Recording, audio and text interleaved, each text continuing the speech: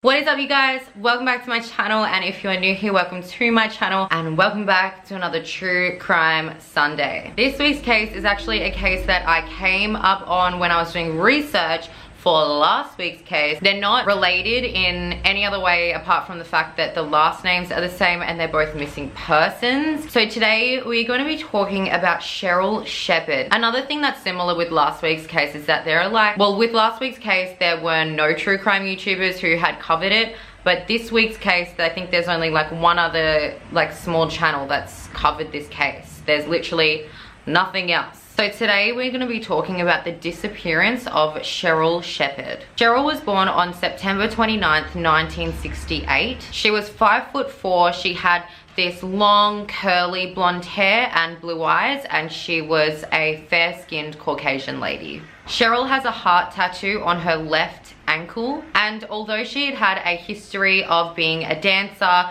that was in her past before she went missing. At the time that she went missing, she was working at a Tim Hortons. She was a donut decorator. When dancing comes up, it's something that she had let go of. It was in her past and she was doing more of a conventional kind of job. The thing that makes this case a little bit eerie, I guess, yeah, eerie is the right word, I think, to explain this case, because it's not confusing, it's just eerie. And that is the fact that Sheryl was last seen on TV. It was a New Year's Eve special and she was there with her partner Michael at the time, and he had proposed to her on TV and she accepted. So in the footage it seems like they're happy. It seems like she's accepting this proposal without any sort of hesitation. And listen, I'm not a body language analyst, so I might be wrong, but that's just what I see with my eyes. As I'm sure you can probably guess by now, the pair weren't actually happy IRL. And that's what kind of makes this broadcast kind of alarming to her friends and family. If it weren't for actually seeing it on TV, I'm sure they would have been like, no, surely not. She did not say yes. Because Sheryl and Michael's relationship was flawed to the point where it was domestically violent. And he was constantly out of the job. He never had any money. In fact, Michael already had 3 kids from previous relationships which also had their dark sides. And things got so bad to the point where Michael actually started living with Sheryl and her mum. Now there is something that I came across in my research that said that Sheryl was fired from Tim Hortons, but I'm not actually sure if that's true or what, but they said that she was fired because she had stolen some money from there. Apparently it was quite a large sum of money and it was part of a bigger thing, a bigger robbery. But before she was fired, her co-workers knew that Sheryl came with another person, and that was Michael. So he would come to work with her, he would watch her, and if she spent too much time with a customer, he would stop that. He would intervene, he would cough really loudly, and if they didn't get the picture, he would be like, you have to go, scoot along, buddy. Nevertheless, Michael made all of her co-workers extremely uncomfortable, as that would. Michael's previous girlfriend, the girlfriend who he fathered 2 children to, also bore the brunt of his beatings. And one such beating left her with 2 broken cheekbones. And later she would report that Michael often had fantasies about murdering her. So when the pair broke up for the last time, he went to a gas station, and apparently he told this gas attendee, the staff member working there, that he had just murdered his 2 kids and his wife. When he left, obviously, the staff member called the police, and the police went out to see if they were okay, and thankfully they were still alive. Michael was charged with public mischief, but as we know with these sorts of stories, charges get dropped and nothing goes anywhere, and that's exactly what happened. Nothing happened. There's one neighbor of Sheryl's who said that he witnessed Michael being domestically violent in places as public as the underground car park of their apartment. He once saw Michael choking her and saying, if you keep fucking around with me, something is going to happen to you. Now, Sheryl and Michael had been dating for about 2 years and things were coming to a head. Things were getting to the point where she started telling friends and family, if something happens to me, it was Michael, and there's a very large chance that I'm gonna go missing soon. And that's what made this New Year's Eve TV show proposal so alarming for all of her friends and family, because I'm sure if someone that I love and care about was telling me that they were going to go missing soon, or that their partner was going to kill them soon, yeah, that would very much scare me. So that New Year's Eve special was the last time that anybody would see Sheryl. Sheryl did speak to her mother on New Year's Day on the phone, and this is an interesting phone call because Sheryl was organizing to come and pick her mother up from the airport on the 4th, which was only 3 days away, but she never mentioned that Michael had proposed on TV or that she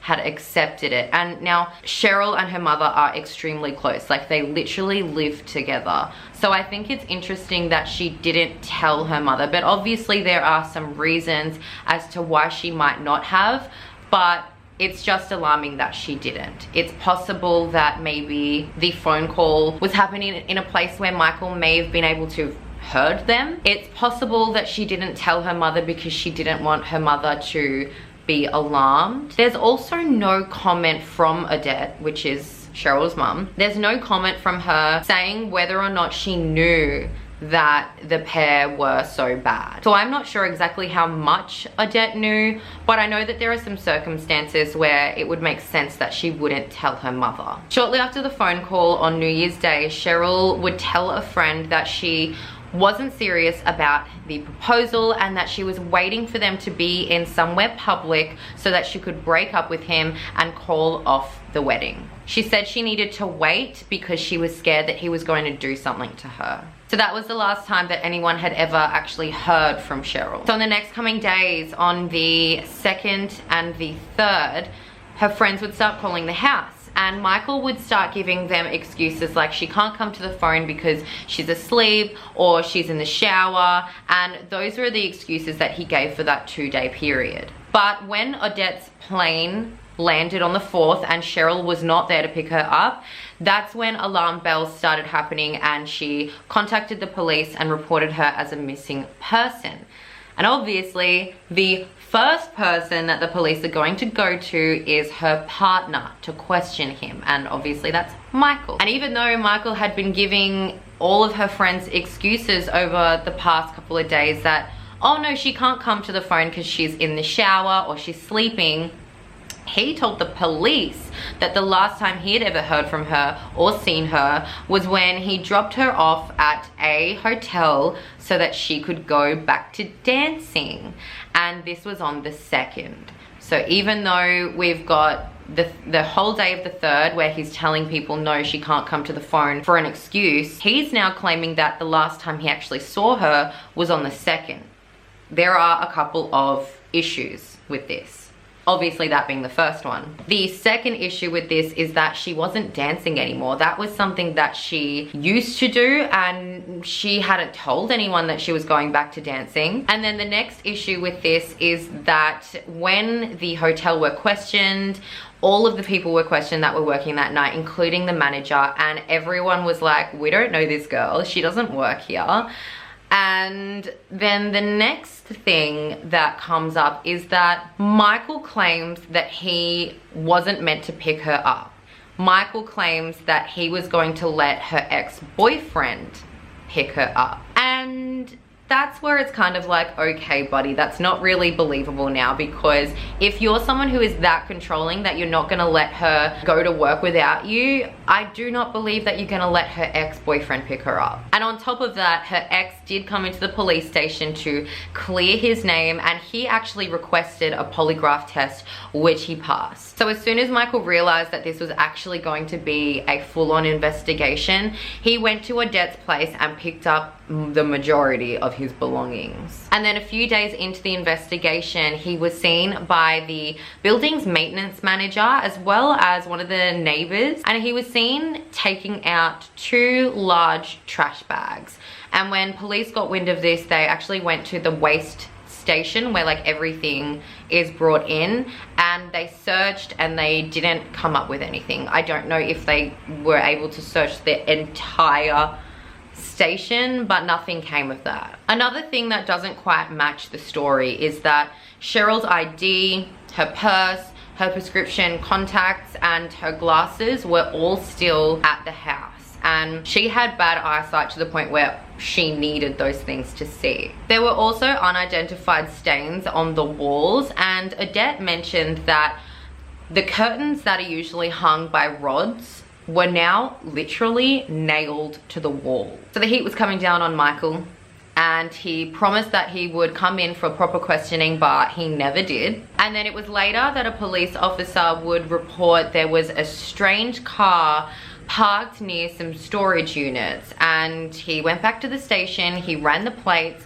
and when it came back that it was Michael's vehicle and that he was also wanted for questioning, he was like, all right, come on boys. And he brought a bunch of uniformed officers to the storage unit to check it out. So when they finally arrived at Michael's storage unit, they realized there was a vehicle inside and it was on. When they got into the storage unit, they realized that Michael was in there. He had carbon monoxide poisoning and he was suffocating. So they brought him to the emergency room and he did recover. But a couple of days later, his mother received a note, and it was his suicide note that he had posted. So this was actually something that he was serious about. He was serious about killing himself. The investigation went for 10 days, and throughout the time when Michael was given an opportunity to appeal for his partner's, his fiance's safe return, he refused to do that. He also refuses to take part in any sort of search for his fiance. And at this point in 2020, there is no sign of Sheryl. There's no remains, nothing has happened. There is a $50,000 reward for any information that leads to an arrest. And even though Odette is now 71 years old, she is still campaigning for more coverage on her daughter's case. Michael is the lead suspect, and he has been for the last 20 years. And Odette has mentioned that at the time that this all happened, it was a really harsh winter, which meant that she doesn't think he was able to bury her, or at least straight away. I like to believe in my naive sense that, you know, maybe she was fired from Tim Hortons because she took money. Maybe she needed that money to disappear. Maybe her friends helped her disappear. I want to believe that, but I know that it's not the most likely situation. The truth is, I think we all know what happened to Sheryl. Let me know if there's anything else you've heard about this case, if you've even ever heard of it. Anyways, you guys, thank you so much for watching. Give this video a thumbs up, it really does help. And let me know in the comments down below if you want me to cover a specific case, and I will see you in the next one.